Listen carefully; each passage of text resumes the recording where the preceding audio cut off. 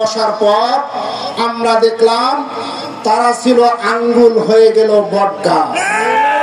এরপর আমরা কি দেখতে পেয়েছি, আবার এদেশের জনগণ মুক্তি এবং সংগ্রাম শান্তির জন্য আবার আন্দোলন করার জন্য রাজপথ দখল করেছে, আবার রক্ত ঝরেছে, আবার জীবন দিয়েছে, আবার রক্ত এবং জীবন দেওয়ার বিনিময়ে আবার এদেশের ক্ষমতার পালাবদল হয়েছে।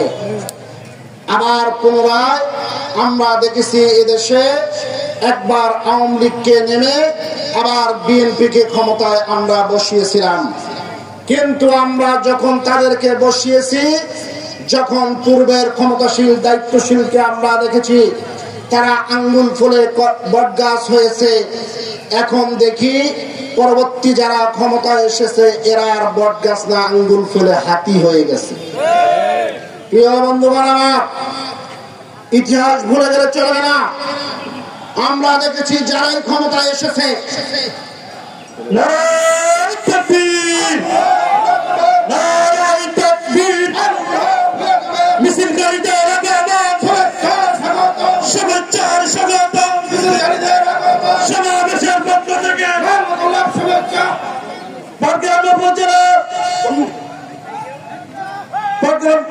পাটগ্রাম উপজেলা থেকে অনেক বিশাল বড় মিছিল নিয়ে আমাদের এই সমাবেশকে সফল করার জন্য এসেছে।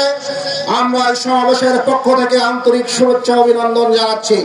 যে সকল ভাইরা এসেছেন আপনারা আপনাদের গন্তব্যে বসার জন্য বিশেষভাবে বিনীতভাবে অনুরোধ করছি।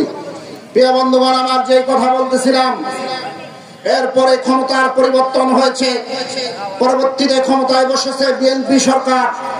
বিএনপি সরকার ক্ষমতায় বসার পর বাংলাদেশের মানুষ যে ভাগ্যের পরিবর্তনের জন্য বারবার জীবন দিয়েছে, রক্ত দিয়েছে, আবার বাংলাদেশের মানুষ শান্তির আশায় বিএনপিকে বসানোর পর দেখেছে বাংলাদেশের মানুষের ভাগ্যের কোনো পরিবর্তন হয় নাই।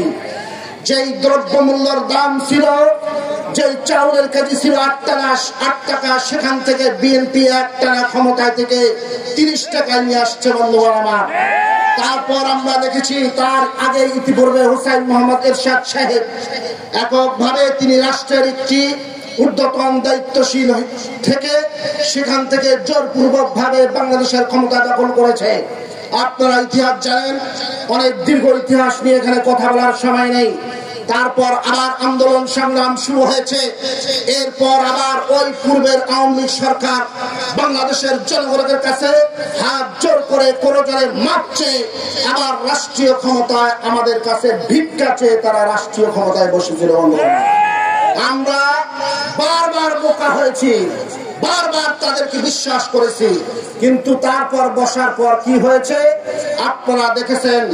বাংলাদেশ যখন আবার এই আওয়ামী লীগ সরকার বাংলাদেশের রাষ্ট্রীয় ক্ষমতায় বসেছে, বসার পর তারা এককভাবে জোরপূর্বক ভাবে স্বৈর শাসন কায়েম করে 16 বছর বাংলাদেশের জনগণকে মাথায় অস্ত্র ঠেকিয়ে তারা এই 16 বছরে বাংলাদেশ থেকে 14,000 লক্ষ কোটি টাকা পাচার করেছে।